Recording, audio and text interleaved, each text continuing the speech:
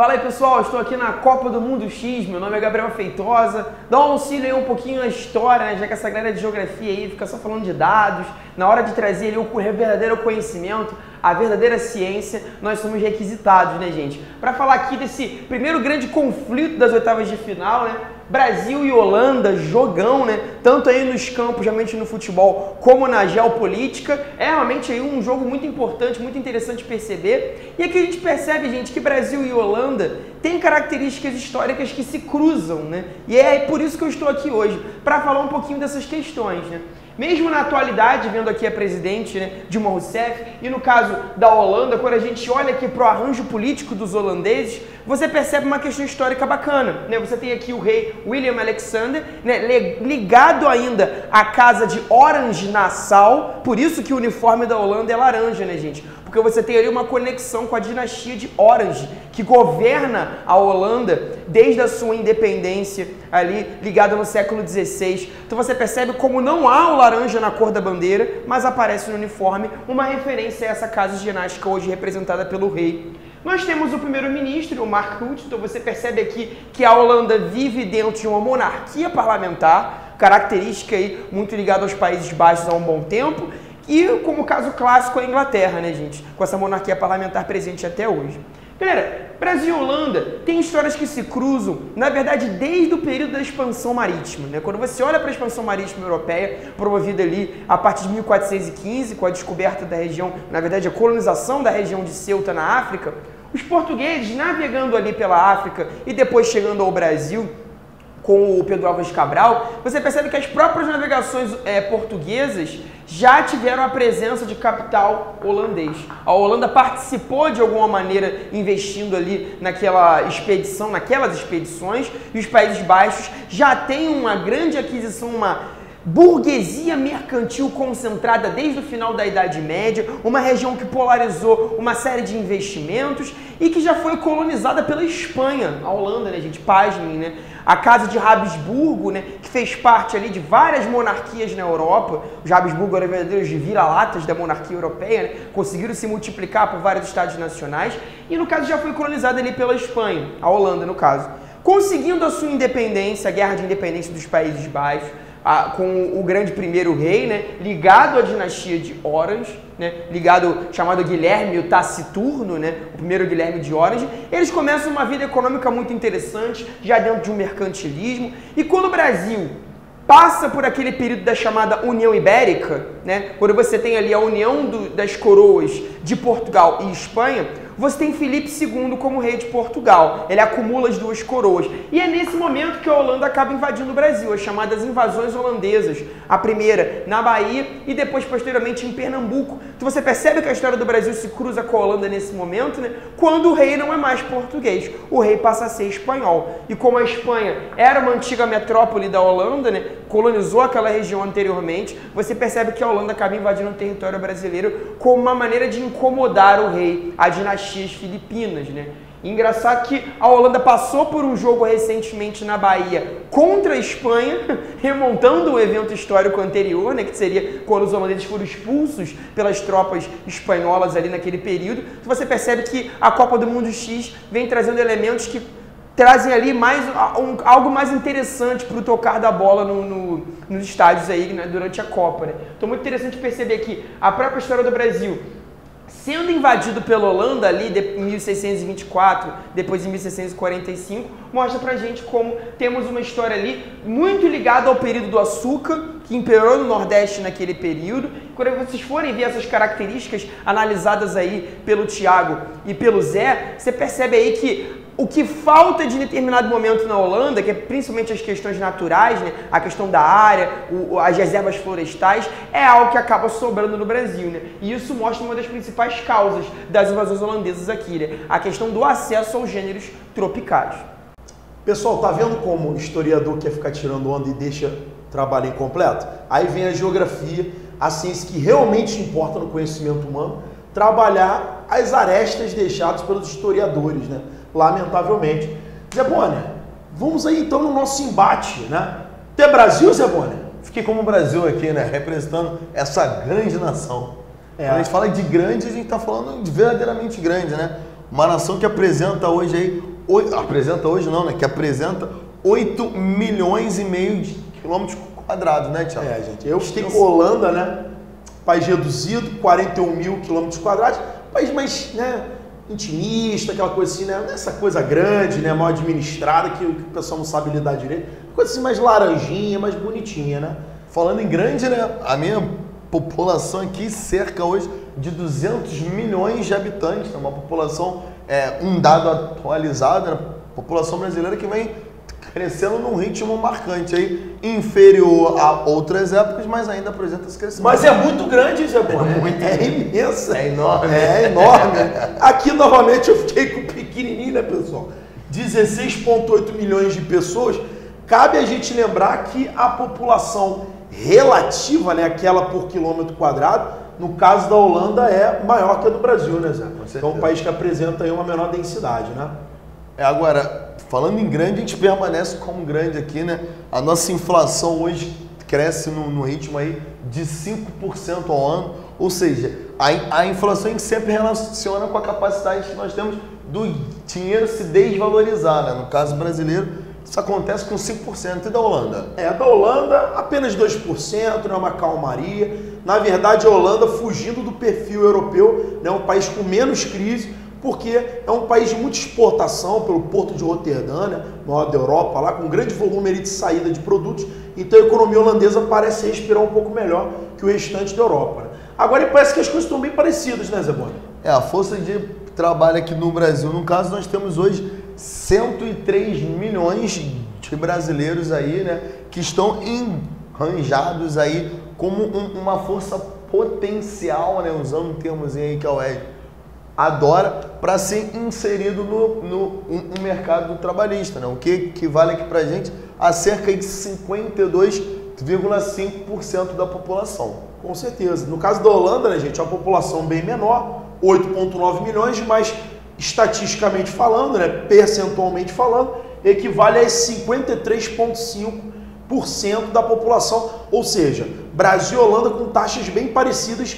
de força de trabalho, né? Ou seja, aquela população que participa efetivamente do mercado de trabalho, que tem ali, né, no caso, a ligação com a chamada PEA, né? Que é a população economicamente ativa. Mas esses são os quesitos do enfronto de hoje, Zé Boni? Na verdade, isso aqui é só a abertura da Copa, né? Agora nós vamos partir para o embate. Vamos para a partida? Vamos embora! E aí, Legião X, agora sim vamos partir aí para o jogo, né? O primeiro jogo nessa fase de mata-mata. Vamos começar aqui com as oitavas de finais, começando com Brasil versus Holanda, né? Um jogo aí que promete emoções fortes, como dizia o mestre. A vai cantar, é isso. Gente, tá aqui, nervos à flor da pele, né? Imprevisível resultado, duas potências. Vamos aí ver, né? Vocês devem estar ansiosos, é a primeira rodada das oitavas de final. Vamos lá, Zé Boni, você é Brasil, então você começa. Com certeza. Vamos relembrar aqui rapidamente, né, os critérios aqui. Vamos começar com dívida externa. Então, quem tem a maior dívida, perde. Emissão de CO2. Quem emite mais CO2, perde. Pesquisa e desenvolvimento. Quem investe mais em P&D, ganha. Área florestal. Quem tem a maior área, ganha. E o PIB per capita, ou seja, a população que tem a maior renda também leva. Começar representando aqui o Brasil, né, como 25º em dívida externa, né, um país que conseguiu reduzir esses gastos aí com o período Lula, começa a ter aí, na verdade, uma tentativa de melhorar a nossa imagem no cenário externo. Então ele foi um presidente que foi marcado, né, em reduzir os gastos externos, chegando a sanar aí os gastos com o FMI. Hoje o Brasil ele deve cerca de 398 bilhões de dólares. E aí, Tiagão, dá para enfrentar? Gente, aí o cara pegou pesado. Eu vou tirar o óculos, que esse quesito ele é muito delicado, né? Tô ficando nervoso aqui, Zé Boni está me pressionando. Gente, começar com dívida externa é sacanagem, porque Europa, né, gente? Fomos assolados aí por uma crise recentemente, né? O pessoal lá na Holanda passou por maus bocados, porque muitos capitais foram retirados da Europa, os investimentos que estavam inseridos ali foram destinados para tapar buraco em outros mercados, como nos Estados Unidos, por exemplo, e muitos investimentos, né, que a Holanda tinha inseridos no país foram transferidos para a Ásia, por exemplo, né? Um fenômeno que a gente percebe hoje de transição asiática, né? A Ásia hoje com uma grande economia de aglomeração, né? Trazendo para si os investimentos. E o que acontece em momentos de crise, pessoal, que faz com que a dívida aumente? Você tem créditos internacionais, né? No momento de crise, os bancos tendem a aumentar os juros. Então aquele dinheiro que você pegou emprestado acaba ficando mais caro porque o cara tem medo de você dar um calote nele. Então nesse contexto, países como a Holanda acabaram sofrendo bastante. 7ª maior dívida externa do mundo, com 2,6 trilhões de dólares. Realmente é um problema e é 1-0 para o Brasil, pessoal. Tem que assumir. Então aqui começou. Robin não me deu sorte, né? Neymar meteu de primeira. Gente, a dívida dos caras é o nosso PIB, né? Então tá ruim para eles. Tá ruim pra Agora vamos partir aqui para emissão de CO2. Aqui tá ruim pra gente, né, galera? O Brasil se caracteriza hoje como um dos os principais países em queima de floresta. Então a gente vai fazer até uma relação aqui. Nós acabamos emitindo muito CO2 por conta esse desmatamento acelerado para expandir, né, essa fronteira agrícola brasileira, principalmente no sul da Amazônia Legal ali. Então, na verdade, aqui desfavorece a gente. Lembrando ainda que nós somos um país que gosta muito de usar lenha como energia, né? Uma coisa meio que primata, assim. Então, na verdade, nesse quesito aqui, Brasil... Gente, lenha, eu vou até sumir, ó. Sai um pouquinho, voltei. Gente, lenha não, velho. Lenha é sacanagem, lenha né, sacanagem. Gente? Isso mostra, na verdade, essa carência de investimentos em setores energéticos e estratégicos, principalmente renováveis, né? O Brasil ainda carece muito disso e ainda é um grande, uma economia muito dependente do uso do petróleo, né? Da queima desse petróleo e de derivados dele. Então aqui o Brasil vai ficar com um dado, né, de 419, pessoal. Nós colocamos aqui o MKT para ficar fácil, mas só para lembrar que isso aqui se refere a tonelada, esse KT aqui, né? E o M de milhões. Então nós emitimos 419 milhões de quilotonelada, né? O que fornece pra gente a 15ª posição no ranking mundial. E aí, Tiagão? Já a Holanda, né, pessoal, um país limpo, né, com uma energia renovável, energia eólica, ou seja, pessoal, um desenvolvimento tecnológico fantástico. Apenas 182 milhões de quilotoneladas. Somos aí o 28º do mundo, né? Demos show no Brasil nesse quesito. Agora, claro, brincadeiras à parte, temos que lembrar também um quesito, né, pessoal? O Brasil é um país de industrialização mais recente, mais crescente, né? E tem nas queimadas hoje, isso é um dado internacional do WWF, é a 2ª principal causa de emissão de gases poluentes na atmosfera, perdendo só para a industrialização. A minha Holanda, pessoal, é um país em desindustrialização, que é um fenômeno comum à Europa hoje em dia, pelos seus altos custos produtivos. Então, como a gente falou, os investimentos indo para a Ásia, né, é claro que a Europa hoje é um centro mais terciário, né? Então é natural que haja uma redução na emissão de CO2 e o porte econômico também da Holanda é bem menor que o do Brasil, né? Então o índice de poluição no modelo capitalista atual tende a acompanhar o nível de desenvolvimento econômico, né, mestre? Então aí nesse caso, ó, dá licença, Robin vai lá e empata o jogo, gente. Olha, emoção. Vamos lá, Vamos galera. lá, Zé. Vamos partir para o P&D aqui, para pesquisa e desenvolvimento. Aqui eu preciso fazer uma defesa clara e, na verdade, um elogio ao mestre, que é um grande fã do nosso querido Romário, né? O Romário que apresentou aí propostas para o Brasil aumentar os investimentos em pesquisa e desenvolvimento. O Romário, ele vem defendendo aí investimentos na ciência brasileira. E isso promove para a gente um grande avanço, principalmente no estado do Rio Grande do Norte, né? Para a gente fazer esse contraponto aqui, o Brasil investe fortemente ali em energia solar, né? Favorecido pela a proximidade com essa faixa equatorial e pesquisas eólicas, né? Nós temos ali o que se chamou de usina da alegria. E no caso do Sul, nós também temos aí pesquisas no Rio Grande do Sul com a alta produção de energia eólica. Então, o país vem aumentando, né, investimentos dentro desse setor. Um grande destaque também aí para a Petrobras, mas mesmo assim, galera, não favorece tanto a gente no cenário externo. O Brasil ele se apresenta hoje como o 36º país que mais investe em P&D, então aqui ficou ruim pra gente. No caso, né, pessoal, a Holanda vai ter mais destaque. Desculpe, mas esse jogo a gente vai virar, né? Porque inclusive na cidade de Amsterdã você tem uma série de centros de pesquisa ligados ao setor hoje, né, de mídia e comunicação, né, você tem muitas indústrias ligadas à cinematografia, né, edição, design, né? Você tem muitos jovens hoje que estão sendo formados com mão de obra altamente qualificada. Isso é uma característica europeia, não tem como ser diferente, né? A Europa hoje é uma grande exportadora de patentes, né, de tecnologias, destaque também ali para o norte da Europa, aquela região da Escandinávia, né? Então você tem aí grandes empresas internacionais que se consolidam, né? No caso, né, da Holanda temos como exemplo a Philips, né, que é uma empresa muito antiga, ligada ao setor também de eletrônicos. Então a Holanda verdadeiramente é um destaque nesse sentido, né? Vamos ficar aqui então com mais um gol. Agora foi Van Persie, né, gente, que fez de cabeça 2-1, viramos. Holanda, estaremos lá. E aí, Zé Boni, será que dá pra você? Acho que tá ficando difícil. O Júlio César tá tomando uns frangos aí bem ridículo, né? A gente precisa falar aqui, não é que eu seja um mau perdedor, não, mas a Holanda também investe fortemente aí na produção. Transgênicos.